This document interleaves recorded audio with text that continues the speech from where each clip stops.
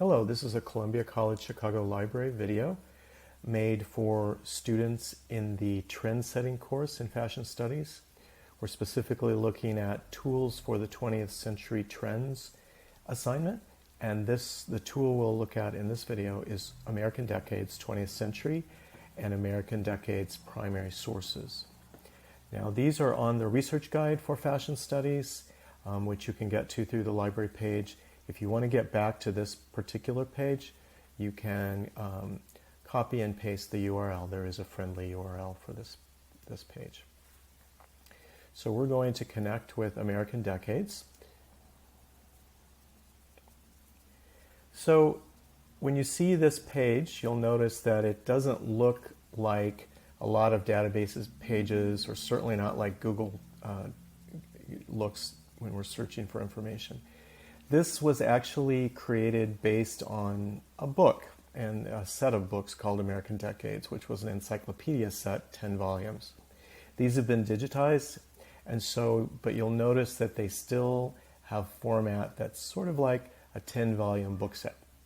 So if you look at the table of contents, you'll see that you can choose a volume. So I'm interested in the 40s, so I'm going to go to volume 5, 1940 to 1949. And then you can see the volume displayed right here, and you'll get the table of contents, the general table of contents.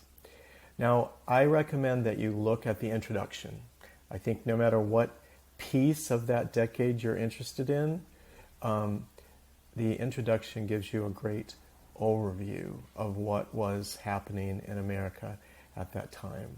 So they start out by describing a Smithsonian exhibit that had to be canceled because there was so much disagreement and controversy related to it around happenings in World War II and the atomic bombings of Hiroshima and Nagasaki, and etc.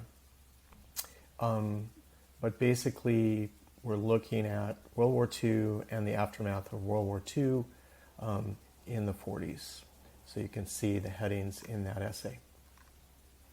You can simply click to go back and then choose areas that you want to delve into more thoroughly. So let's look at the arts. And there's an arts overview section that I like to look at.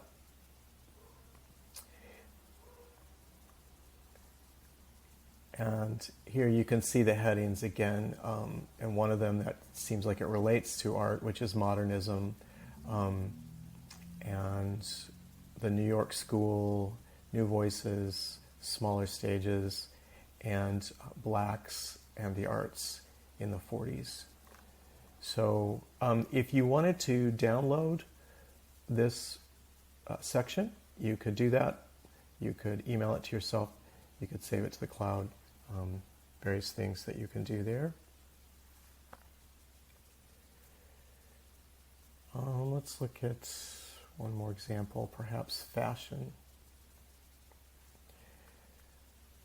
So you can see here that you can look at personalities that are headline makers, people in the news, fashion awards, deaths of people in the fashion industry, publications of the time. And again, you can look at an overview of the fashion industry at that time.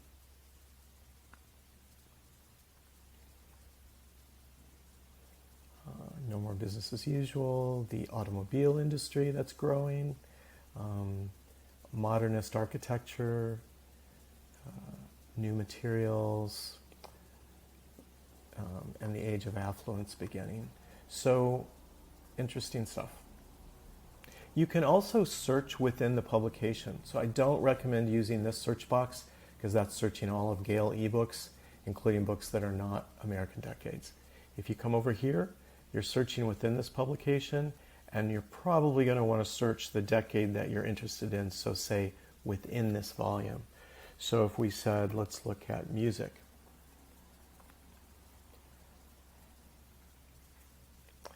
Then we're going to get related things. We got one on music, one on dance. We pull this up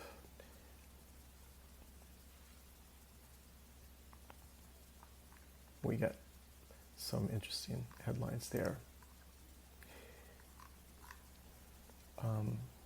So that's basically American Decades 20th Century. I'm going to take us into a related source called American Decades Primary Sources, and this will be quick. It works the same way. So let's go into the 40s with this one. So here, instead of sort of a secondary or tertiary description of what was going on in at that time, they take a look at primary documents and things like plays, poems, music, speeches, etc.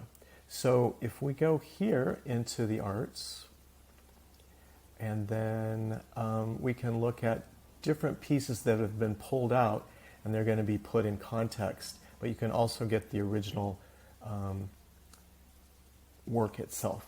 So I'm going to look at I Got It Bad and That Ain't Good, and it's a Duke Ellington and Paul Francis Webster song, and it talks about the artist, gives an introduction that puts it into context at the time, talks about the significance, and then gives you the actual lyrics of the song. So you can see how this is taking you to a particular primary resource and putting it into context, which is also very useful. If you have any questions, please use Ask a Librarian. You can live chat or you can email us, and we're there to help you. Thanks.